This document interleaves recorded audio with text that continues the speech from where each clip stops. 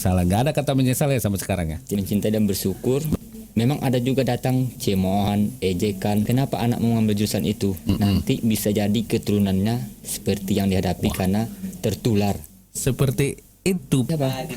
Pak Padil. Ya Pak. Oke. Ini pun Pak prestasi juga ini. Oh, ayat Quran. Hafiz kita ini Pak. Habis. Berapa juz? Berapa juz Padil? Habis Padil. Jus Masya Allah. 30. Kas tuh. Teh.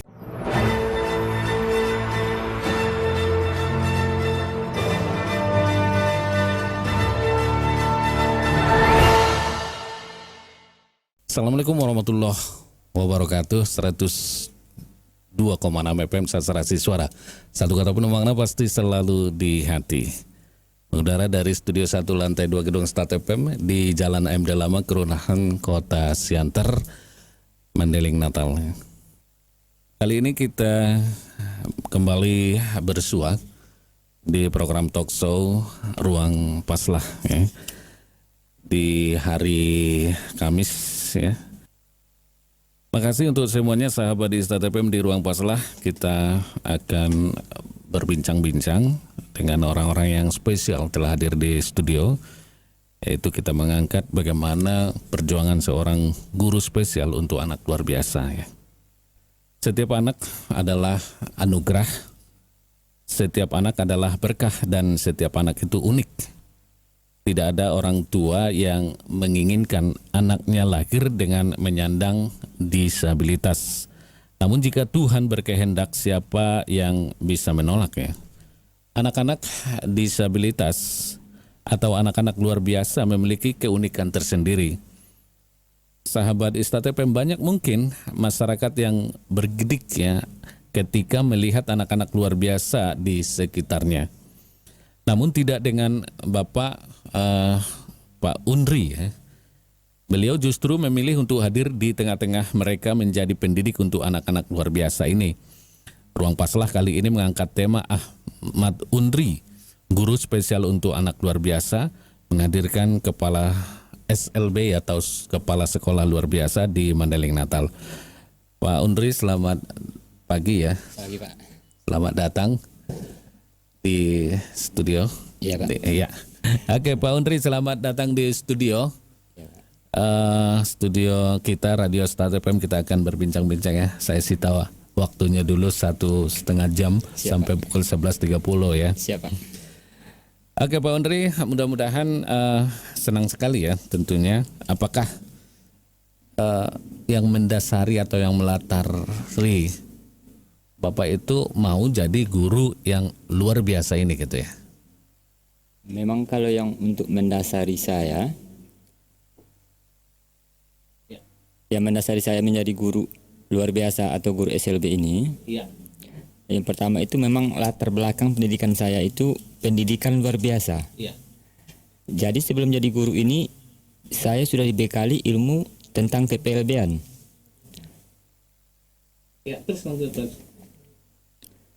Jadi karena latar belakang pendidikan ini memacu saya untuk terjun langsung ke dunia pendidikan, boleh dikatakan anak disabilitas. Karena udah dibekali ilmu, saya sudah memahami bagaimana karakteristik atau menghadapi siswa-siswa kita yang luar biasa. Yang luar biasa ya? Luar biasa seperti itu. Oke. Nah itu memang sudah dibekali ya? Memang pilihan jadi guru SLB gitu? Kalau pilihan, saya bilang ya pasti pilihan Pak. Pasti pilihan. Karena sebelum kuliah saya udah memikirkan apa sasaran akhir kuliah ini, seperti itu Pak. Oke, baik. Nah sebelumnya Anda pernah nggak mengajar di sekolah umum sebelum ke SLB? Enggak? Sebelumnya pernah Pak. Pernah mengajar? Saya pernah mengajar di SD, akan tetapi di sini saya bukan mengajar anak-anak reguler. Di sini ini saya menjadi guru pendamping khusus. Guru pendamping khusus di sekolah reguler. Sekolah reguler, kalau istilahnya pseudo teacher. Pseudo teacher gitu ya. Guru pendamping. Guru pendamping untuk berkebutuhan khusus. Anak-anak yang menyandang disabilitas ini Pak, seperti itu. Itu dulu di mana? Waktu itu di Padang Pak. Di Padang. Di Madinah nggak ada? Belum Pak, belum. Guru pendamping berkebutuhan khusus di Madinah nggak ada, di sekolah reguler? Kalau di Madinah itu istilahnya kan pendidikan inklusi Pak. Inklusi. Jadi pendidikan inklusi itu kalau di Madinah memang ada beberapa siswa kita yang alumni SLB pun ada, yang dari umum pun ada, yang sekolah di sekolah reguler, tetapi mereka itu juga menggunakan guru pendamping khusus. Guru pendamping khusus. Oke, baik. Nah, saya mau tahu dulu lah. Kan banyak pilihan guru. Iya Pak. Kenapa sih memilih menjadi guru SLB itu? Oke Pak. Kenapa itu? Jujur ya? Ya, jadi yang pertama dasar saya memasuki dunia PLB ini Pak. Yang pertama mungkin karena ada saya latar belakang dari daerah terpencil di Sumatera Barat. Boleh tahu Sumatera Baratnya di mana? Saya di daerah Pangkalan Pak, Kecamatan Pangkalan yang berbatasan dengan Provinsi Riau. Memang terpencil sekali ya? Ya. Ya, oke. Jadi saya kuliah ini langsung saya memikirkan apa dampak atau tujuan akhir saya setelah tamat. Ya. Prinsip saya dulu sebelum kuliah itu, jika saya mengambil jurusan yang favorit atau banyak peminatnya, berarti peluang kerjanya sedikit. Peluang kerjanya sedikit. Jika peminatnya sedikit, berarti peluang kerjanya banyak. Seperti itu. Itu hukum logis ya? Iya Pak. Oke. Terus pilihannya ke SLB kan masih banyak, misalnya yang kebutuhan gurunya sedikit, artinya persaingannya sedikit gitu kan. Tapi kok pilihannya ke SLB, misalnya guru bidang studi yang lain juga kan? Iya Pak. Sedikit. Jadi kembali saya jelaskan, karena latar belakang itu pendidikan luar biasa, otomatis kita terjunnya ke dunia pendidikan luar biasa. Jadi fokusnya ke SLB. Bisa juga kita menjadi pseudo teacher, atau bekerja sama dengan klinik seperti fisioterapis atau okupasi terapi untuk memberikan layanan terapi kepada siswa atau anak yang mengalami gangguan seperti autis atau hiperaktif, seperti itu Pak. Hiperaktif ya. Tapi kan boleh ke sekolah umum. Dari ketentuan yang mengatur, Anda kan tamat sekolah sarjana pendidikan. Iya Pak. Boleh ke sekolah umum.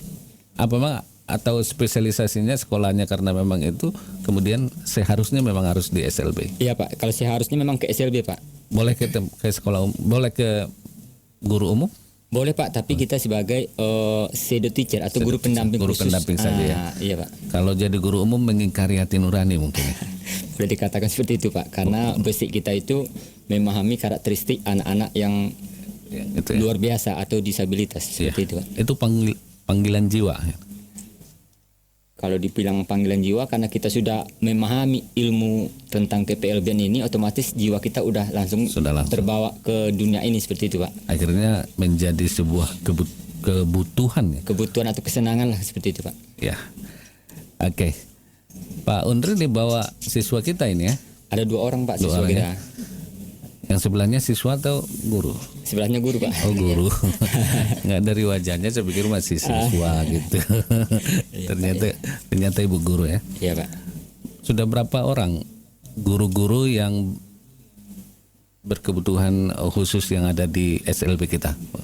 Kalau guru itu Pak, kita ada 10 orang yang pegawai negeri. 10 orang pegawai negeri PNS ya. PNS Pak, ada 9 orang yang istilahnya guru tidak tetap. Guru tidak tetap 9 orang. Berarti jumlahnya 19 orang. 19 orang ya Pak. Oke. Berapa banyak sih sebenarnya siswa kita? Kalau sampai saat ini Pak, siswa kita itu ada 143 siswa. 143 siswa di SLB. SLB Pak. Belum lagi di sekolah reguler ya? Sekolah reguler belum Pak, belum. Ada data itu sama Pak Undri? Kalau di sekolah reguler itu ada sekitar 3 atau 4 siswa Pak. 3 yang tingkatan SD. SD 2, SMP 2 Pak. SMP 2. Kalau anak SMA ada? Yang jenjang SMA kita belum Pak, belum. Belum ada. Kalau yang normal, yang reguler Pak. Yang di reguler yang berkebutuhan khusus sampai dia melanjutkan sekolah di tingkat SMA di Mandeling Natal ini ada? Kalau sejauh pantauan saya belum ada Pak. Belum ada ya. Yang 143 itu apa saja kebutuhan khususnya itu? Kalau kita kalkulasikan Pak, itu kita ada mengenal namanya siswa tunanetra. Siswa tunanetra ya. Tunanetra. Kemudian ada siswa tunarungu. Siswa tunadaksa. Tunadaksa ini apa nih? Tunadaksa itu tidak sempurna. Hambatan di fisik. Hambatan di fisik. Tidak sempurna fisiknya ya. Motorik atau fisiknya. Ya, motoriknya tunadaksa ya. Kemudian ada autis. Autis ya. Ya, Pak. Ada tunagrahita. Tunagrahita ya. Grahita. Itu apa itu? Tunagrahita ini adalah kebutuhan khususnya apa gitu? Anak ya. Masalah inteligensinya itu di bawah rata-rata. Inteligensinya di bawah rata-rata. Di bawah gitu rata-rata ya? Pak. Berarti daya tangkapnya lemah. Lemah. Okay. Terus? Udah itu yang ada di sekolah gitu ya. Autis ini lebih spesifik deh enggak? Kalau autis ini dia masalah gangguan interaksi sosialnya Pak.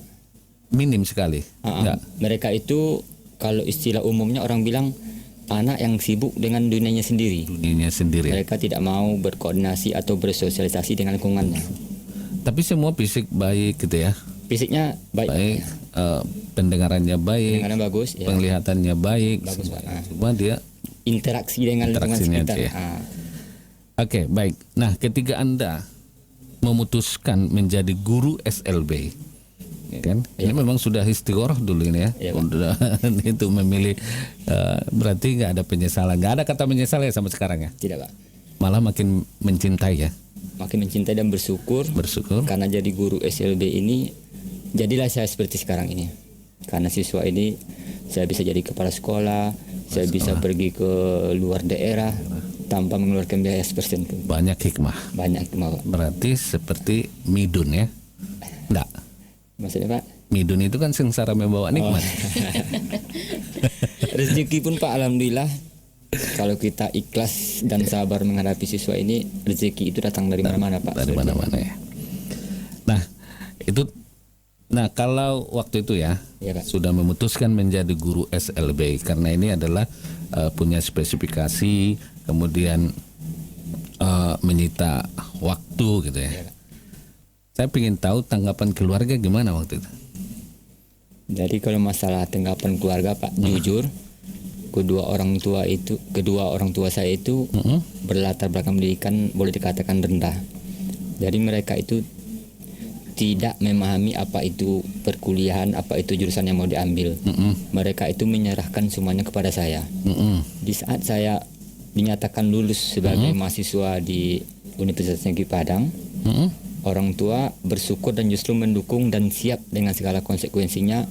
Misalnya dia akan siap dengan masalah keuangan.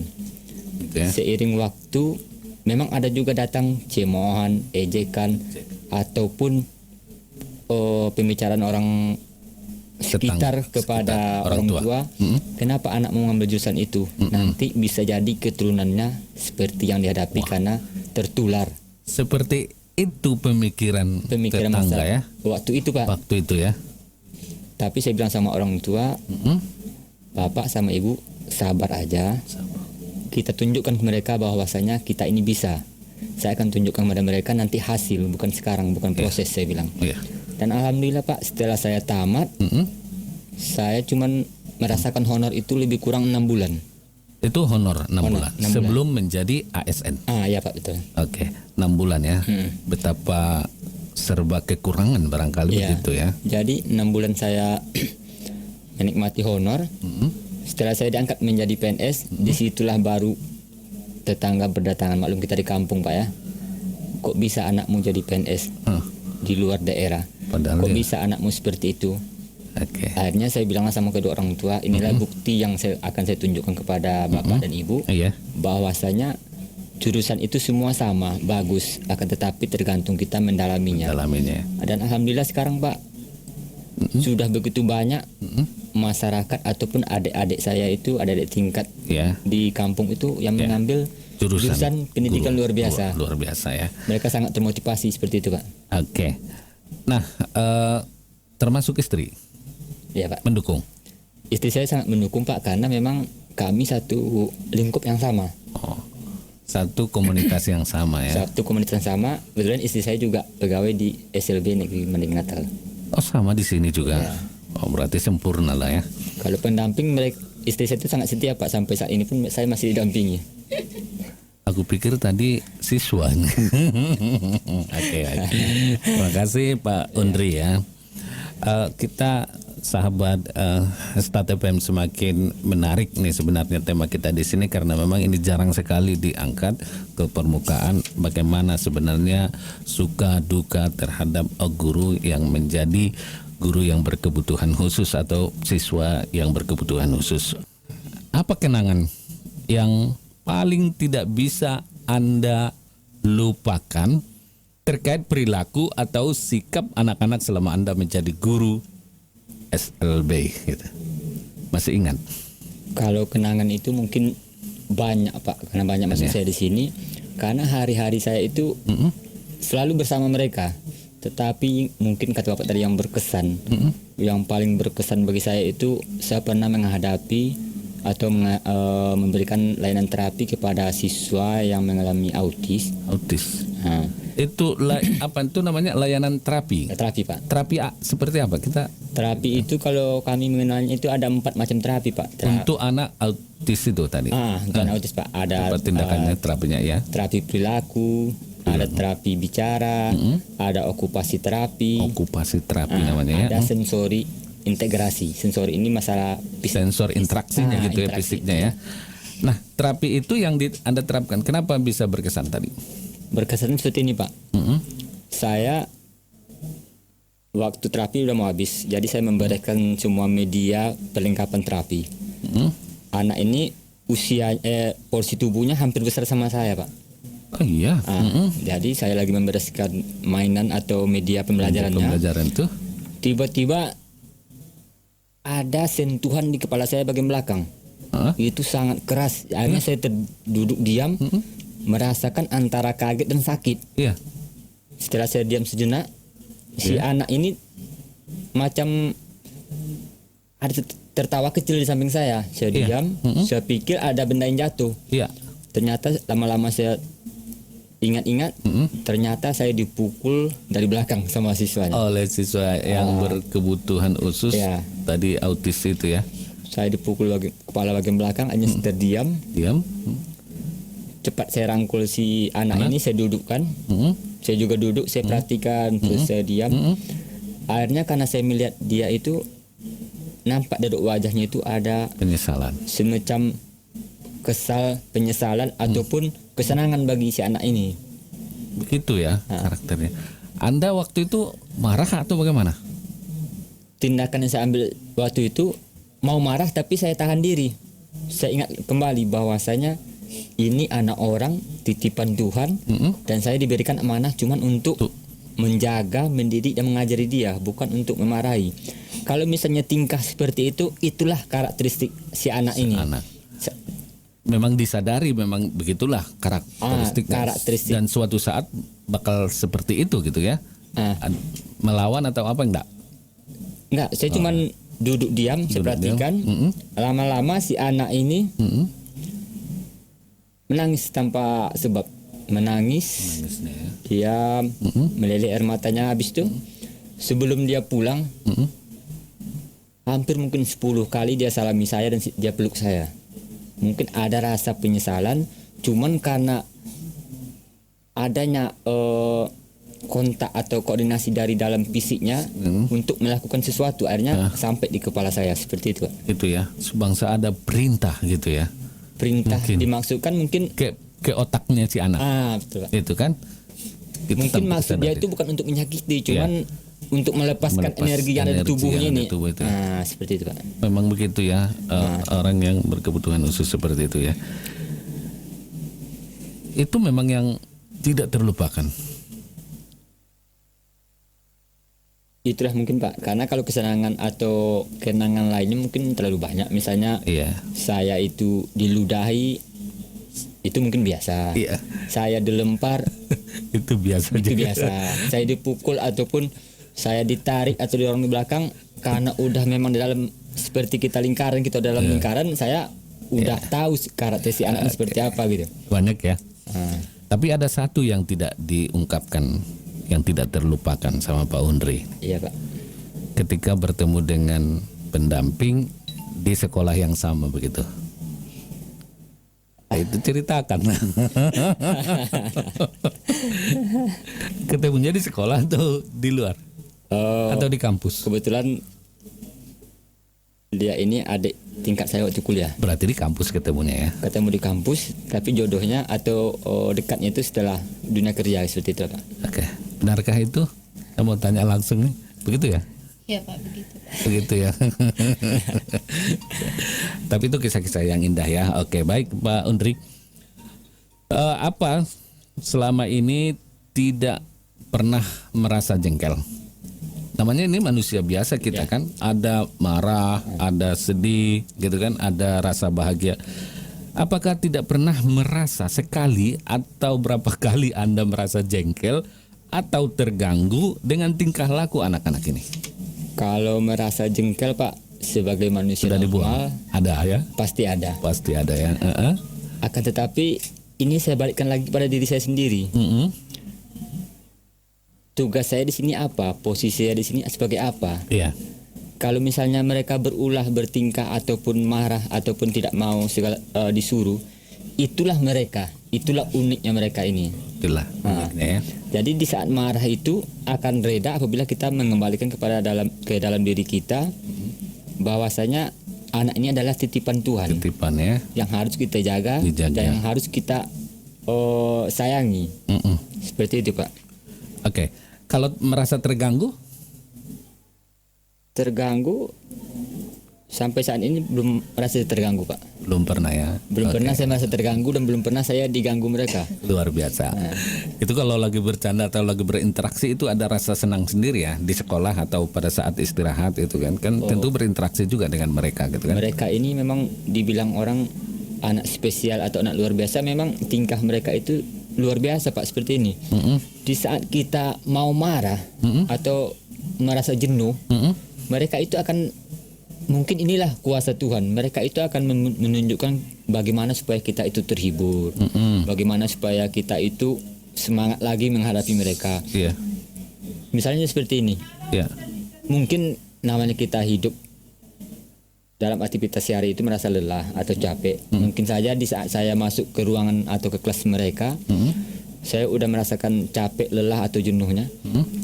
Jadi tanpa disadari mereka akan langsung maju ke depan dan duduk belakang saya. Mereka akan langsung Mengkusuk, pijat gitu ya. atau ada aja ulah mereka misalnya bernyanyi dengan walaupun kosakata mereka nggak jelas, ternyata mereka nyanyi. Ada yang bergoyang di sampingnya. Itu kan suatu Membuat kita bahagia gitu ya. dan timbul lagi motivasi baru, semangat baru bahwasanya kita harus bisa seperti itu Pak.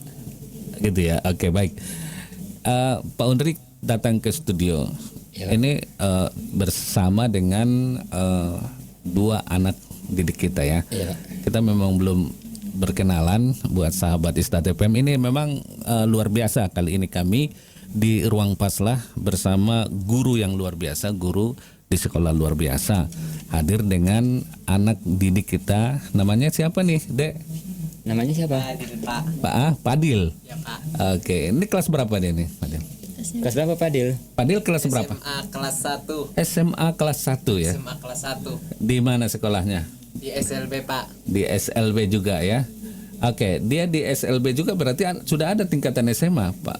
Kalau di sekolah kita udah Pak? Sudah ada ya. Tapi satu atap dia. Satu atap Pak ya. Jadi namanya tidak sekolah cuma sekolah luar biasa tingkatan SMA. Berapa muridnya yang sudah tingkat SMA? SMA itu 33 orang Pak. 33 orang. Ya? Alumni kita udah punya Pak.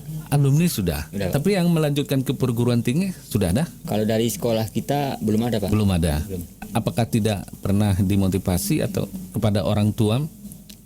Saya sudah coba memotivasi atau memberikan pengertian kepada orang tua. Jika anak ini mau ke Kuliah. perguruan tinggi, sebaiknya anak ini dimasukkan ke sekolah reguler. Reguler. Diinklusikan itu. Diinklusikan Nah, gitu ya. Tapi kan butuh biaya untuk kalau di tempat di reguler gitu kan. Ya. Kan butuh biaya untuk guru inklusi tadi. Guru pendamping tadi Pak ya. Pendamping tadi itu biayanya dari mana gitu kalau di sekolah reguler? Kalau selama ini yang ada di Berdina itu dari orang tua langsung Pak. Kan kalau tua orang langsung. tuanya tidak mampu? Nah, itulah Pak, kalau misalnya kita yang merekomendasikan dia ke sekolah reguler, nanti kita akan datangkan atau kita tunjuk tugas dari guru-guru ini sebagai guru kunjung ke sekolah tersebut. Guru kunjung terus. Nah, Terus itu bayar apanya itu dari orang tua gitu. Kalau guru kunjung ini masih tanggungan sekolah, Pak. Tanggungan sekolah. Masih jam kerja. Masih jam kerja dia ya di situ ya. Iya, Pak. Tapi kalau di luar itu memang ada orang tua yang Ada, Pak. banyak. Di Setahu saya di konteksnya Madinah Madinah, itu- konteksnya Madinah. Ada satu orang itu, Pak, yang masih menggunakan guru pendamping khusus. pendamping Itu khusus, ya. biayanya total ditanggung oleh orang tua semua. Ya, kehadiran pemerintah di mana sebenarnya ini? Itu pertanyaan juga ini ya. Oke, nanti kita bahas itu ya. Baik, ini tadi satu lagi, Adek Suraida, Pak. Suraida. Ini siswa berprestasi kita nih, Pak. Wow, plus dong kita nih ya. Apa prestasinya nih? Pernah dia mewakili lomba sains ke Jogja, mewakili Provinsi Sumatera Utara. Wow, ternyata anak Madinah. Ini orang Madinah asli? Iya, Pak. Di mana tinggal, Dek? Di Gang Abadi, Pak. Gang Abadi. Alhamdulillah ya di Gang Abadi. Ini sign apa yang diikut lomba waktu itu? MIPA ya? MIPA. IPA. IPA, Pak. IPA ya. Bidang IPA ya. Bidang IPA ya, ilmu pengetahuan alam. Dapat apalah waktu itu? Yang di Jogja? Juara. Yang di Jogja belum. Belum. Iya, nggak Masuk 10 besar apa-apa. ya? 10 besar saja ya. Hah? Oh, masuk ke final. ke final itu sudah luar biasa. Masuk ke final saja apalagi dia tingkatnya tingkat nasional, itu ya. Nasional. Itu Iya, Pak. luar biasa. Dia Waktu mewakili Provinsi Sumut untuk ke nasional. tuh, waktu di Sumatera Utara dapat apa? Tingkat SMA, juara 1. SD, Pak. Waktu itu tingkat SD. Iya. Oke, tingkat provinsi itu juara 1. Iya. Wah, ya mantap ya.